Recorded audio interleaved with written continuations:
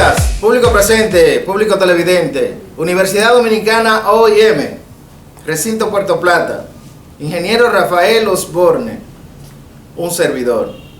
En este hermoso día, 27 de julio de 2019, presentaremos el grupo de Seminario de Tecnología Avanzada, uno de los más magníficos grupos de esta institución.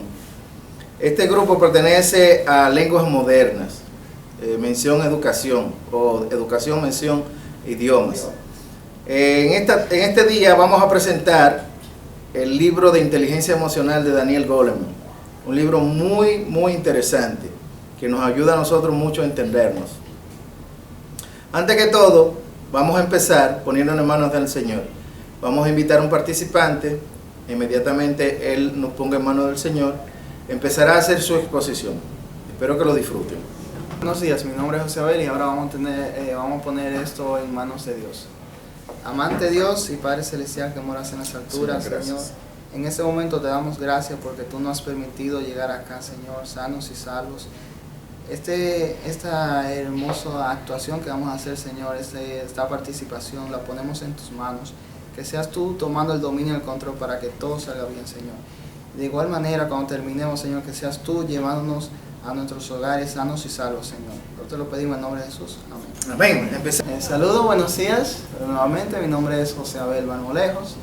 Les estaré hablando sobre la inteligencia emocional de Daniel Goleman. Antes de empezar sobre lo que es el tema, me lo voy a dar una breve introducción de lo que es el libro, lo que Daniel Goleman quiso transmitir al público que iba a tomar partícipe de este hermoso libro. La inteligencia emocional, en lo que expresa Daniel Goleman, es más o menos el yo interior, cómo usted se comporta, lo que usted siente, sentimientos. Él hace énfasis en que una persona que tiene dominio de sus emociones o que tiene una inteligencia emocional es capaz de no crear conflictos con nadie, de llevar una vida organizada 100%, ya que la inteligencia emocional es la forma en cómo manejamos nuestros sentimientos, cómo tenemos el dominio y el control de todo lo que sentimos. El desafío de Aristóteles, ese es un subtema del libro. En este hace énfasis en una breve historia sobre un chofer, el cual era chofer de bus. Las personas cuando se montaban, que iban a ir a su trabajo, siempre iban con una cara de enojo, de que no querían llegar a trabajar. Y él todos los días, a todo el que entraba le hacía un saludo. Él saludaba a todo el mundo y le hacía una bulla, una chelcha, por así decirlo. Y todo el que entraba bravo salía contento. Y las personas se preguntaban cómo era capaz de hacer eso, si era psicólogo o algo así. No, él tenía dominio de sus emociones. Él tenía su inteligencia emocional era bien alta y él podía entender los problemas que los demás estaban pasando. Por eso él se ponía en su lugar y de cierta manera le cambiaba su forma de pensar. El cerebro emocional. Aquí vemos una historia donde dos padres iban con su niña de 5 años en un tren y el tren descarrila. Ellos logran salir, pero la niña se queda adentro. Ellos en su papel, en su rol de padres, no lo pensaron y se lanzaron al río donde cayó el tren y lograron sacar a su niña. Pero en ese acto ellos perdieron la vida. Aquí vemos que el cerebro emocional funciona de una manera impredecible. Las emociones a veces no se pueden controlar, simplemente se actúa. Anatomía de un cerebro emocional. Aquí vemos que una niña quería como darle una sorpresa a sus padres y se tranca en un closet mientras ellos salen. Cuando ellos entran, el padre llega y escucha como un ruido en el closet de arriba y sube a ver qué pasa. Él toma su pistola porque pensaba que su niña estaba en peligro. Cuando la luz está apagada y él abre el closet y la niña le brinca encima, pero él no pudo como canalizar que era el grito de su hija. Y él su pistola la agarró y le dio 2 disparos. La niña perdió la vida inmediatamente. El cerebro también actúa de manera impredecible por la intención de proteger a un ser querido. Él terminó con la vida de su propia hija. También aquí vemos que un joven que estaba preso y había salido de prisión en esos días, estuvo preso por robo, atraco, también consumo de estupefacientes. Él andaba en la calle, él decía que él ya no iba a volver jamás a caer en prisión, pero tenía su familia y tenía que llevarle comida. Y él dijo que iba a ser algo, iba a ser un atraco, y iba a ser la última vez que él lo iba a cometer, ese atraco. Y él entra a la casa, y cuando ya está adentro, él está buscando el dinero, pero escucha un ruido, y eran 2 gemelas que vivían, hacían roommate. Entonces él escucha un ruido y ve que hay una de ellas ahí. Entonces ella se intenta defender, y en ese proceso entra la otra. Entonces ahí él no le quedó más remedio, ya lo conocieron, de dispararle, y la mató a las 2. Eso se conoce como la muerte de las 2 roommates en Nueva York. Bueno, hasta aquí mi parte, espero que les haya gustado, espero que haya sido de una gran comprensión. Abel, un servidor, estuvo con ustedes. Muy buenos días, mi nombre es Emily de Anibel Noesi Medina. Soy estudiante de lenguas modernas y en la mañana de hoy les estaré hablando sobre el tema de la inteligencia emocional. Muchos de nosotros nos preguntamos qué es la inteligencia emocional. La inteligencia emocional es la forma de cómo nosotros percibimos, comprendemos, utilizamos y manejamos nuestro corazón y nuestro cerebro en conjunto para nosotros realizar las cosas como debemos hacerse. Normalmente el ser humano tiene una debilidad que son los sentimientos o las emociones. Esto justamente es lo que no nos permite controlar las cosas en el momento preciso. Cuando digo controlar me refiero a que nos dejamos llevar por sentimientos como la ira, la envidia, el egoísmo, entre otros. Actuamos por impulso cuando nosotros sabemos o estamos conscientes de que una decisión puede traer sus consecuencias. Lo que pasa con nosotros los seres humanos es lo siguiente. Nosotros utilizamos un 1% de lo que nosotros en nuestro organismo conocemos como el consciente. El otro 99% es el inconsciente que nosotros decidimos no utilizar, pero que si nosotros no detuviéramos a pensar o analizar las consecuencias de cada actividad o decisión que tomamos en nuestras vidas, seguro que nuestras decisiones en el momento serían todas la contraria. Y les voy a explicar por qué. Es simple. Cuando nosotros estamos en un empleo, normalmente pensamos que merecemos algo más. Estamos en un empleo donde nosotros estamos haciendo 50,000 pesos mensuales, que no es un sueldo mínimo, con comisiones, y pensamos que irnos a trabajar a un lugar donde tengamos un sueldo mínimo con más comisión nos va a convenir más. Pero lo que no sabemos es que no siempre vamos a tener los clientes para venderles y tú hacer una comisión de $2,000 o $5,000, que es lo que en tu mente ya tú te estableciste, porque tu corazón te hizo pensar que sería así. Ahora bien, esto también pasa en la vida amorosa. Duramos 6, 5, 8, un mes con una persona que nosotros siempre, valoramos como que sería la persona que va a estar con nosotros en nuestra vida por siempre.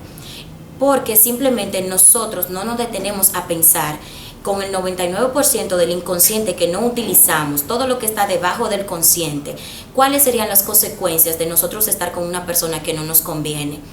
¿Qué tanto progreso emocional, físico, nosotros como persona tenemos unida a esa persona? Solamente nos dejamos llevar en el momento por lo que nosotros estamos sintiendo, cómo nos estamos sintiendo, pero no vemos la realidad de las cosas a largo plazo.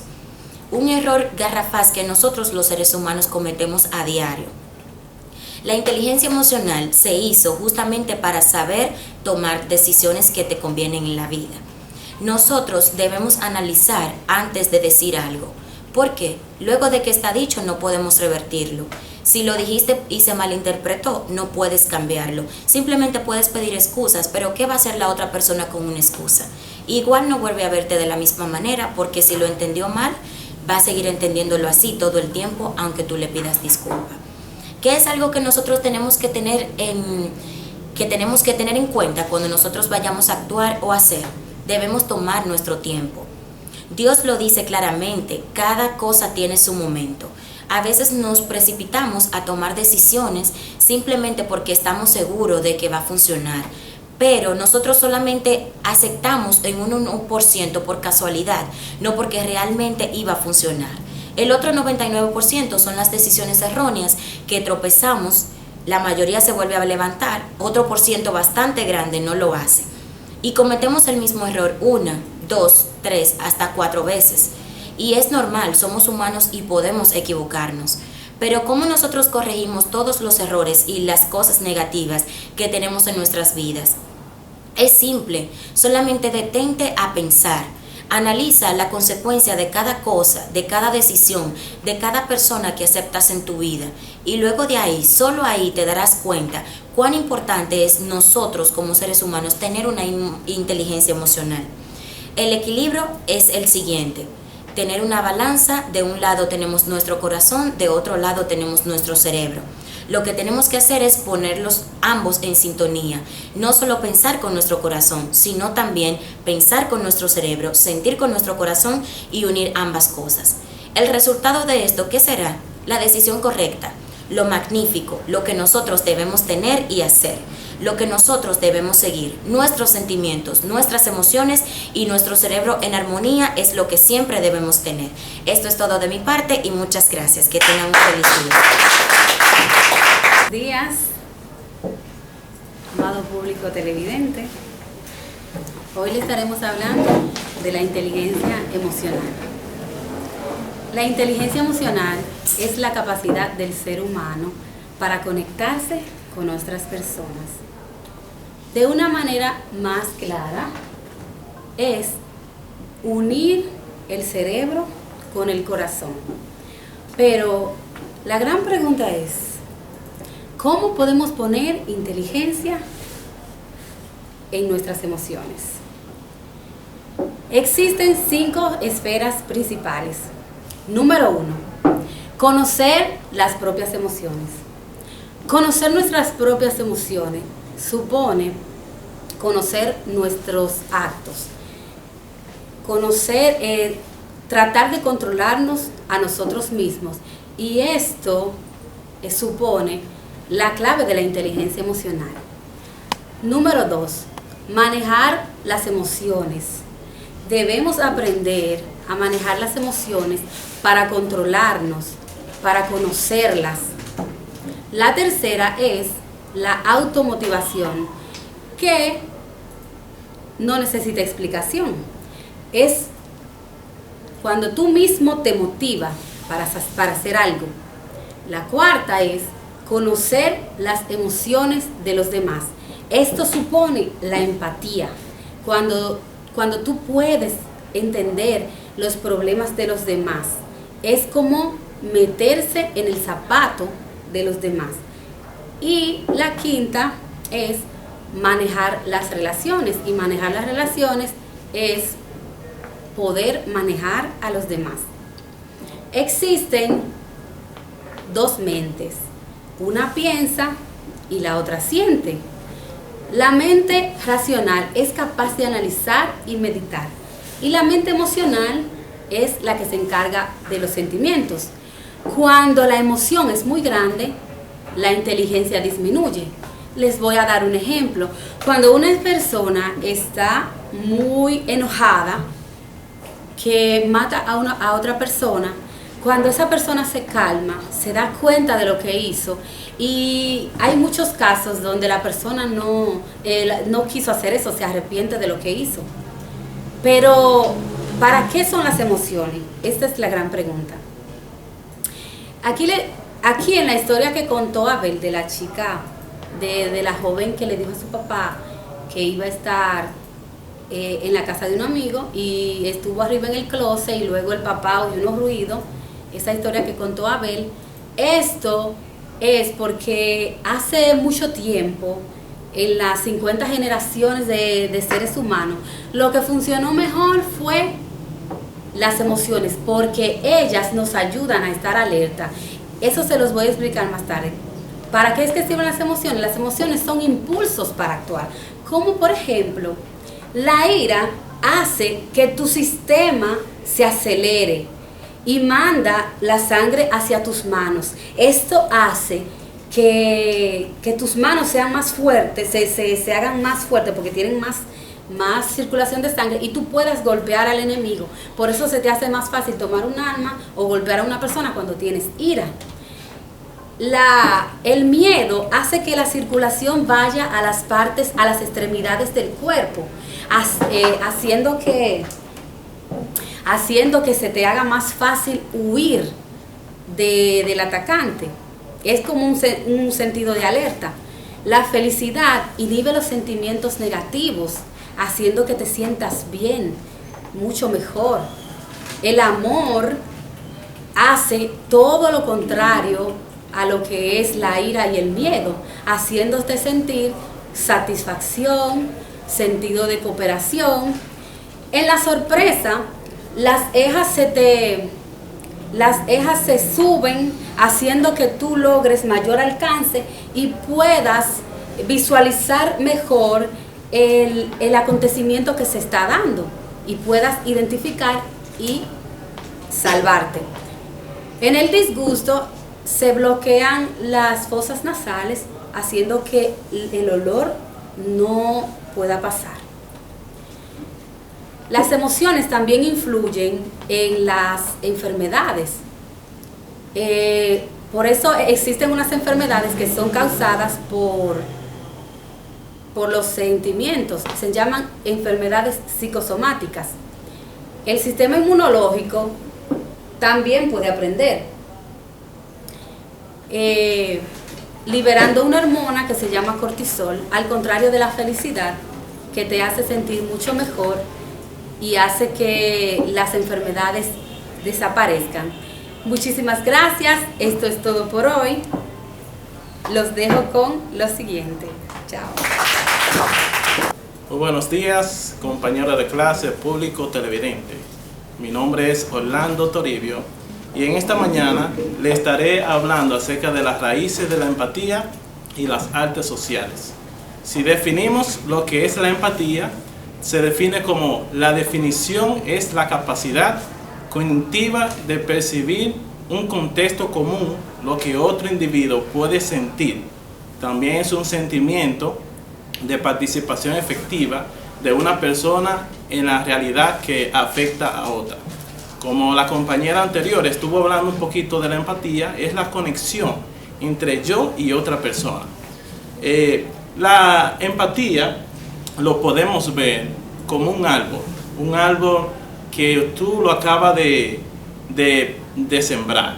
Usted lo cuida y ese árbol permanece y da fruto y es frondoso. Así mismo es la empatía. La empatía se comienza desde las raíces. ¿Por qué le digo desde las raíces? Porque comienza desde el hogar. Muchos de nosotros tenemos hermanos, tenemos familias y cada uno de nosotros somos diferentes a otro. Por ejemplo, en mi caso, yo tengo 4 hermanos y hay uno que es muy diferente a los demás.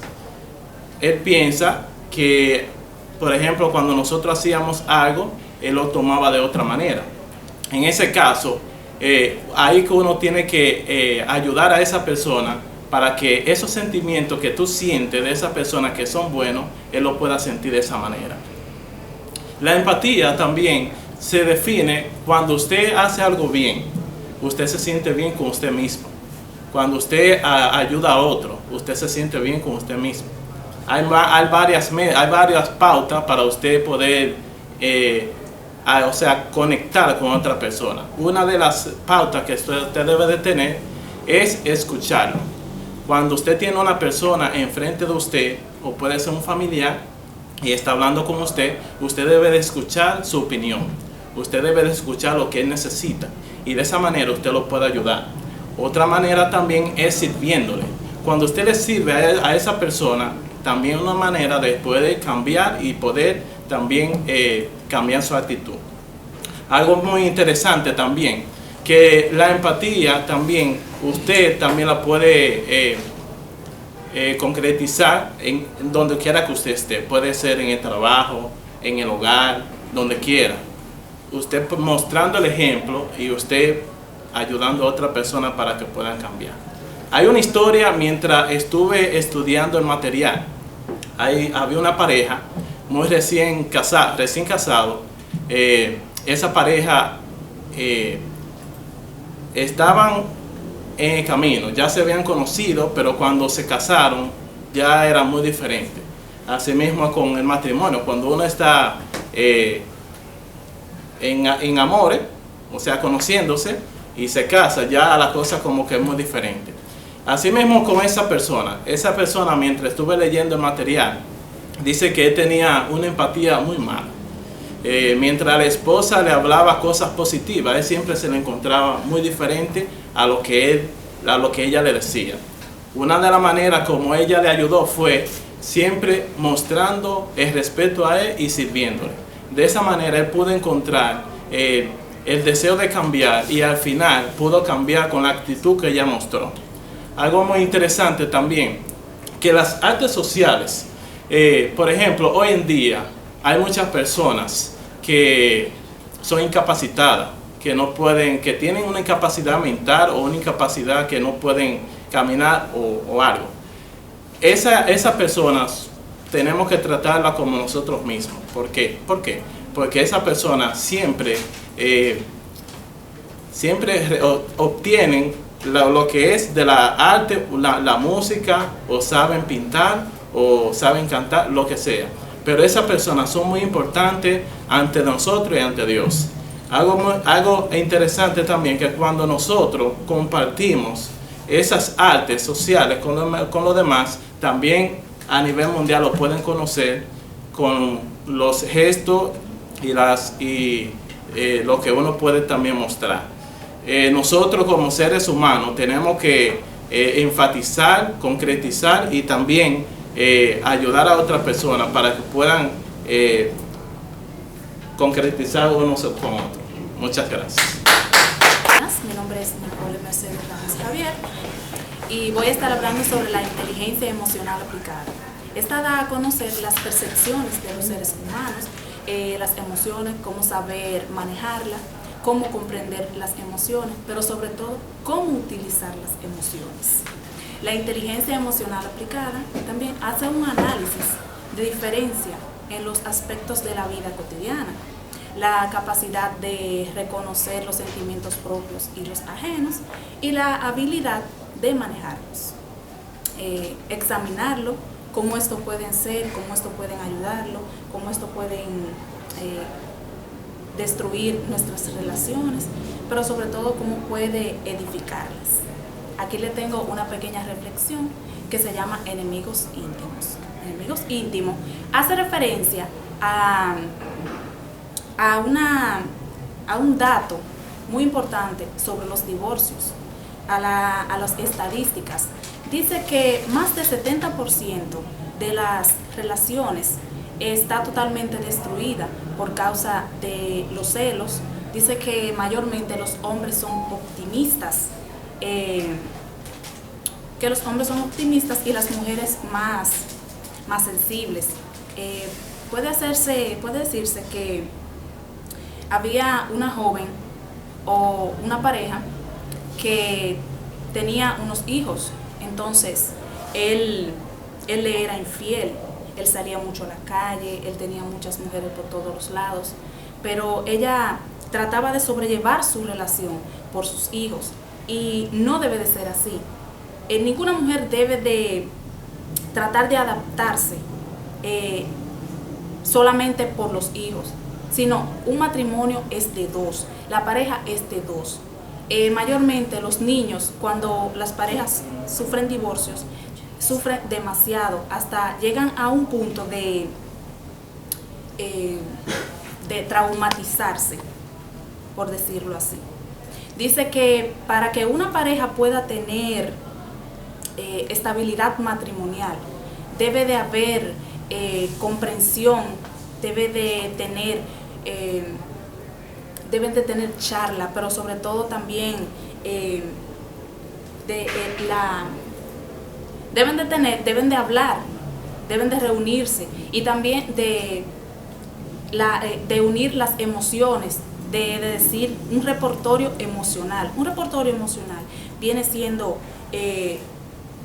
cuando cada persona o cada pareja se reparte sus necesidades, que le dice yo necesito esto, que yo necesito que usted me comprenda, sobre todo a tener confianza para hablar con su pareja. Ejecutivos con corazón. Ejecutivos con corazón es una reflexión que llega muy a fondo. Hace referencia a Mark Brock. Él era un piloto, un jefe y muy autoritario. Era una persona que se sentía superior a los demás. Un día, cuando estaba pilotando su avión, el tren de aterrizaje no se desplegaba. Entonces trató simplemente de dar vueltas y vueltas en la pista de aterrizaje hasta que gastó todo su combustible. Pero sus compañeros estaban muy preocupados. Entonces provocó un accidente en el cual perecieron 10 personas. Esa es una pequeña reflexión que hace énfasis a lo que un verdadero jefe debe de hacer. Debe de tener unión, debe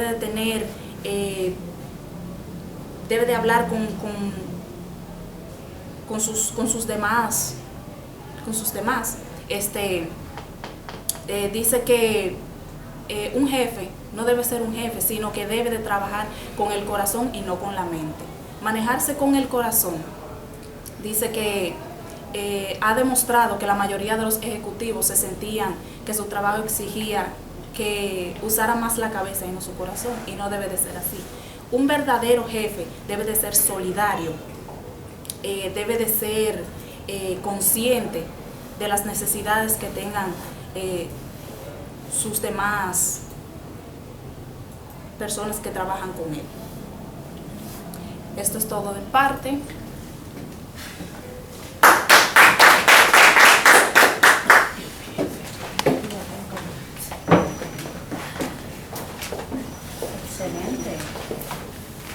Muy buenos días, mi nombre es Tulio, soy estudiante de lengua moderna y le estaré hablando de varios temas. Empezaré hablando de la mente y la medicina. Esta es una historia de un joven que sintió un ligero dolor, el cual se vio obligado a ir al médico.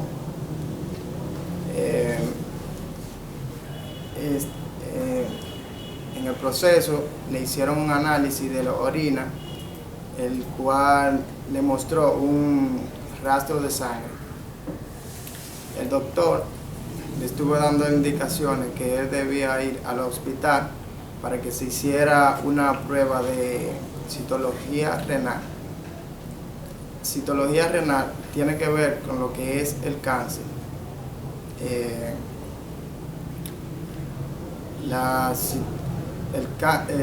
Esto se transmite a través de la orina. El doctor le estaba dando todas las indicaciones y el día y la mente como medicina. La mente como medicina.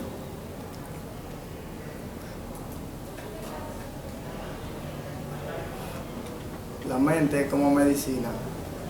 Esto tiene que ver el pensamiento y las emociones.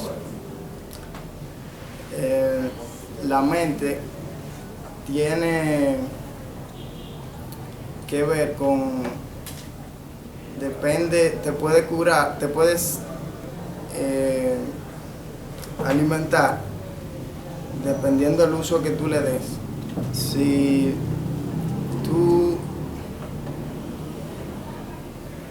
tú tratas tienes mal estrés, puede tener mal con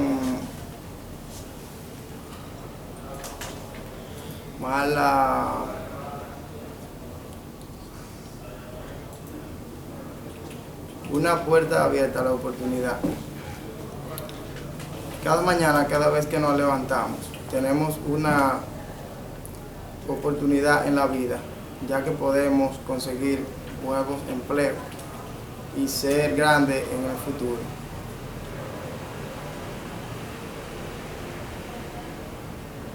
El Grisolito familiar. Esta es una historia de una familia que en ese momento estaba pasando por una crisis. Clad en Anne estaban enseñando a su hija María a cómo jugar en un videojuego. Su padre tenía un temperamento fuerte para enseñarla y él gritaba y la niña se ponía nerviosa. La madre, al ver la actitud como él la enseñaba, ella le reclamó al padre para que tuviera otra actitud de cómo poder enseñarle, que ella aprendiera mejor. El padre entró en razonamiento y empezó a hacer las cosas como debía. Más tarde, la niña pudo aprender y la familia empezó a tener nuevas motivaciones, se veían felices y estaban contentos y todo fluía normal. El Grisolito.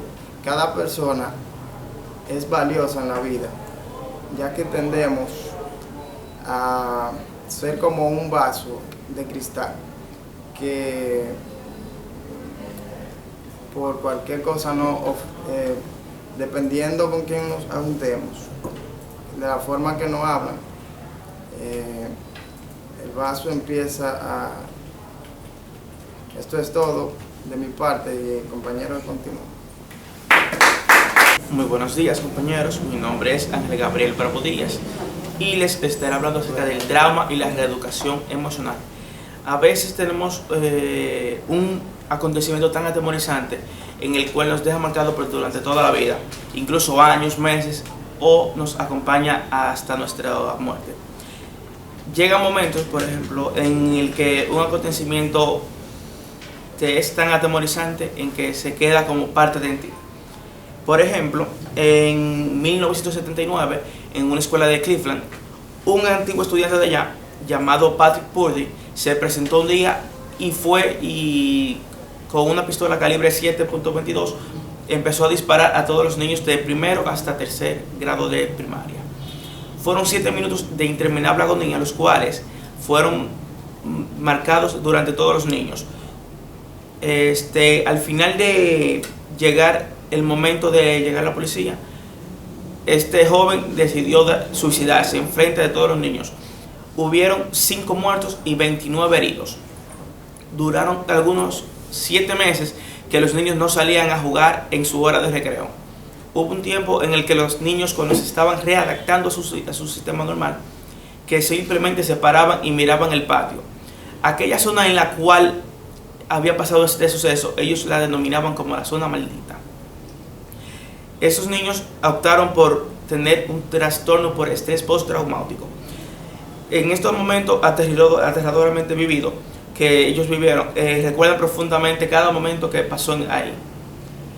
Ya luego, para empezar a readaptarse, ellos decidieron empezar un juego llamado Purdy, el cual se usaba para empezar a revivir esta situación que ellos habían vivido. Luego de un tiempo, ellos decidieron volver a reivindicarse en su sistema, pero aquellas huellas sangrientas quedaron marcadas en sí. El terror congelado en la memoria. Esto se basa, por ejemplo, en aquellos recuerdos que no puedes escapar de sí. Por ejemplo, en el Holocausto nazi, que fue algo que marcó demasiado el antes y después del mundo. hubieron bastantes muertes, incluso un 75% de las personas que lo vivieron, todavía 50 años más tarde seguían repitiendo cada momento de este día. Se han escuchado comentarios que dicen que la persona que no ha revivido ese momento o que puede dormir simplemente no estuvo en aquella fecha. Hay un concepto de reaprendizaje, el cual es algo que la mayoría usamos para reaprender lo aprendido. ¿En qué sentido? En que a veces uno tiene un momento en que ya tiene un concepto básico de algo, lo cual algo nuevo se le puede seguir implementando y tenemos una mejor técnica para empezar a hacerlo. El temperamento no es el destino. Según Jack Kagan, él dice que hay 4 temperamentos básicos, los cuales son optimista, abierto, melancólico y tímido. No es que el niño ya de por sí sepa desde el vientre en qué va a nacer, pero de cada 5 niños hay uno que sale tímido y 2 que salen abiertos. La neuroquímica de la timidez, esta se basa en que llega un momento en que, por ejemplo, el niño desde los 8 meses ya sabe si va a ser tímido, si va a ser abierto, etc. Pero en comparación con un gatito, ya al mes tú te puedes dar cuenta si el gatito es tenso o es rígido debido a las situaciones desconocidas. También hay personas con un temperamento alegre. Este es el que las personas usamos para no darle tanta importancia a las acciones trágicas que vivimos día a día. Por ejemplo, una persona se puede caer y al final, cuando se cae, si la persona se ríe de sí mismo, no le da importancia, esta persona puede ser categorizada por una persona de temperamento alegre. También, cómo se domestica la hiperexcitable amígdala. Esta, por ejemplo, es la cual a veces como niños tenemos cierto temor a la oscuridad, a la altura, y ya llega un momento en que cuando nosotros crecemos olvidamos ese temor. También la infancia es una puerta abierta a la oportunidad. ¿En qué sentido? En el que usamos la infancia como un sinnúmero de opciones que tenemos para seguir avanzando hacia la sociedad. Desde ahí podemos ir desarrollándonos de una manera u otra. En la infancia también tenemos momentos claves, los cuales los podemos usar para empezar a desarrollar las acciones que vamos a tener en el mañana. Esto es todo de mi parte. Muchas gracias. Ángel Gabriel con ustedes. Mora, soy estudiante de Postmoderna y hoy les estaremos hablando sobre la fragmentación emocional. Esta hermosa historia se trata de dos, no puedo decir hermosa historia, pero se trata de 2 jóvenes en los cuales hace muchos años tenían problemas. Un día en la escuela de Brooklyn, uno de ellos, por temor que el otro diera una paliza, cogió una pistola de calibre 38 y le tiró a quemarropa. Este incidente ocurrió por el problema de no saber cómo enfrentar nuestras emociones. Cuando nosotros enfrentamos nuestras emociones, debemos de pensar la consecuencia que eso puede traer. Si nosotros tenemos un problema con alguna persona, no podemos pensar en qué puede estar pensando esa persona, qué daño me puede hacer esa persona, y antes de yo buscar la parte negativa de esa persona que me puede hacer daño, tratar de buscar un diálogo y una solución. ¿Qué pasó con esos 2 jóvenes? Al tener ese problema, nunca el otro se le acercó y le dijo, ¿qué pasa conmigo? ¿Por qué tú tienes problemas conmigo? Sino que él quiso tomar, no supo controlar sus emociones y quiso coger él mismo, en vez de buscar ayuda de problemas que ellos tenían anteriormente y enfrentarlo en terapia, sea con un profesor, sea con lo que sea, él quiso mejor determinarlo así y terminó quitándole la vida a su compañero. En Estados Unidos esto siempre pasa en la mayoría de las escuelas, como mi compañero anterior habló. Muchos jóvenes no tienen el control de sus emociones, en los cuales hay mucha matanza, hay mucho peligro en las escuelas. No tienen, nosotros como padres no estamos seguros cuando mandamos a nuestros hijos a las escuelas, porque pasan esos incidentes que no deberían realmente pasar. Tenemos que controlar nuestras emociones, ya sean buenas, ya sean malas. Tenemos que echar hacia adelante. No debemos solamente enfocarnos en lo negativo, sino en lo positivo de cada emoción de nuestra vida. También les voy a hablar sobre el costo de emocional.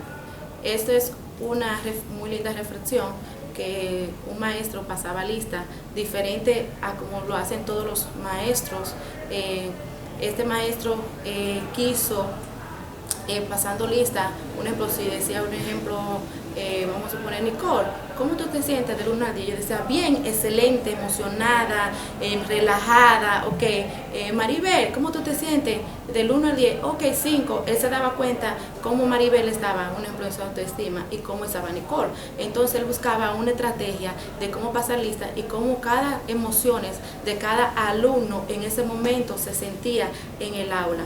Entonces él buscaba de que cada alumno, cuando pasaba la lista y decía cómo se sentía del 1 al 10, todo lo que estaba emocionado, todo lo que estaban bien, todo lo que estaban seguro de sí, a otros que se sentían incómodos, inseguros, que tenían problemas. Entonces él trataba como de unificarlo para que esas emociones, para que ese sentir, para que esa alegría se transmitieran uno con otro. Es una forma muy linda y muy hermosa de que si nosotros como futuros maestros pasamos lista de esta manera en nuestra vida, en nuestro entorno, en nuestro alrededor, buscar la parte positiva de cada uno de nosotros, de cada uno de los alumnos de nosotros, y darle esa emoción de que si un niño viene con problemas, de darle algo positivo, de darle algo que marque su niñez durante ese transcurso, que tú seas un maestro que cuando veas a la calle, tú hagas marcado a ese niño por algo positivo, tú hagas marcado a ese niño por algo, por una emoción, por algo que tú no tuviste en tu infancia, por algo que tú debiste hacerlo, y que cuando digan, profe, qué hermosa está, esa fue la profesora que un día me vio tirada en el piso y hoy estoy aquí por ella. Es todo de mi parte, espero que les haya gustado. Muy buenos días a todos, compañeros televidentes. Mi nombre es Miloika Rafaelina Cabrera Mejía, como pueden observar, y hoy estaré compartiendo con ustedes o haciendo énfasis en algunos temas muy importantes de este libro, Inteligencia Emocional, del escritor Daniel Coyle. Sin más preámbulo, voy a iniciar con una breve definición, unas palabras acerca de qué se entiende por emociones. Las emociones son fenómenos psicofisiológicos que representan modos eficaces de adaptación a ciertos cambios de las demandas ambientales. Como ya muchos compañeros han relatado breves historias, cuando nos encontramos en ambientes turbios, debemos sentarnos y pensar para no actuar de manera impulsiva. Esta definición o las emociones ha sido un tema que ha estado eludiendo durante más de un siglo a los psicólogos, filósofos y teóricos encargados de este debate.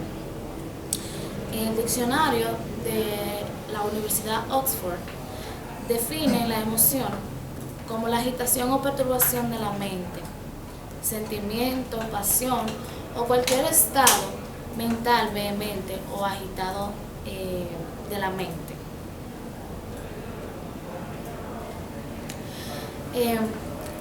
Las emociones, existen centenares de emociones y muchísimas más mezclas, variaciones, mutaciones y matices entre ellas.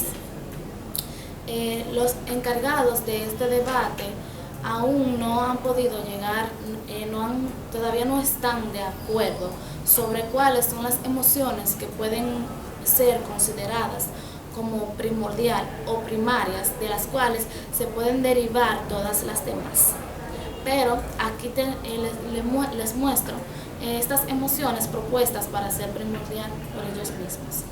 En primer lugar tenemos la ira, y vemos que de ella se derivan un montón la rabia, el enojo, el resentimiento, entre muchas otras. Vemos la tristeza, que se deriva la aflicción, la pena, el desconsuelo, el pesimismo, el miedo, la ansiedad, la aprensión, el temor, la alegría, que es cuando tenemos felicidad, el gozo, la paz, la tranquilidad, el amor, que nos da la confianza, la amabilidad, la afinidad y la devoción. Pero estamos de acuerdo de que no todos los teóricos están de acuerdo con esta lista que se ha hecho de las emociones propuesta para ser primordial, y esta lista no resuelve el problema que conlleva el debate que ellos tienen sobre las emociones. Porque, por ejemplo, ¿qué sucede con emociones como los celos, que combina el miedo con la tristeza, emociones como las virtudes, la fe, la esperanza, el amor? Cuando tenemos esa esperanza de lograr un objetivo, la fe de mantenernos firmes en nuestras creencias. También otros sentimientos como por ejemplo el resentimiento o esas emociones negativas como la depresión, la duda, entre otras. No cabe duda de que los psicólogos y filósofos no tienen una conclusión acerca de cuáles son las emociones primarias. Solamente hay propuestas, porque este campo es muy amplio y todavía se encuentra sobre el tapete este debate teórico. Hasta aquí mi parte, muchas gracias. Fuerte aplauso. Universidad Dominicana OIM, Recinto Puerto Plata, ingeniero Rafael Osborne, un servidor. Esperemos que ustedes disfruten esto, que les hogar. Chao.